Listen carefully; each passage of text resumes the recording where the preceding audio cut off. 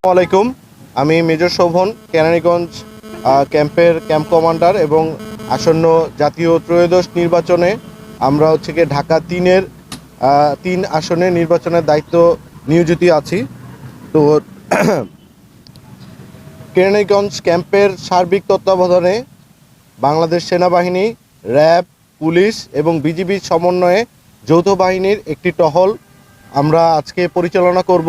এখানে আমাদের লক্ষ্য গিয়ে ঢাকা 3-এর যে কেন্দ্রগুলি আছে, যেখানে গিয়ে গাড়ি যাওয়াতে একটু সময় লাগতে পারে, ইনঅ্যাক্সেসেবল, এবং সেই সকল কেন্দ্রে যদি কোনো সমস্যা তৈরি হয় তাহলে আমরা যাতে কুইকলি রেসপন্স করতে পারি, সেই উদ্দেশ্যে আজকে আমাদের একটা মোটরসাইকেল শোডাউন হবে।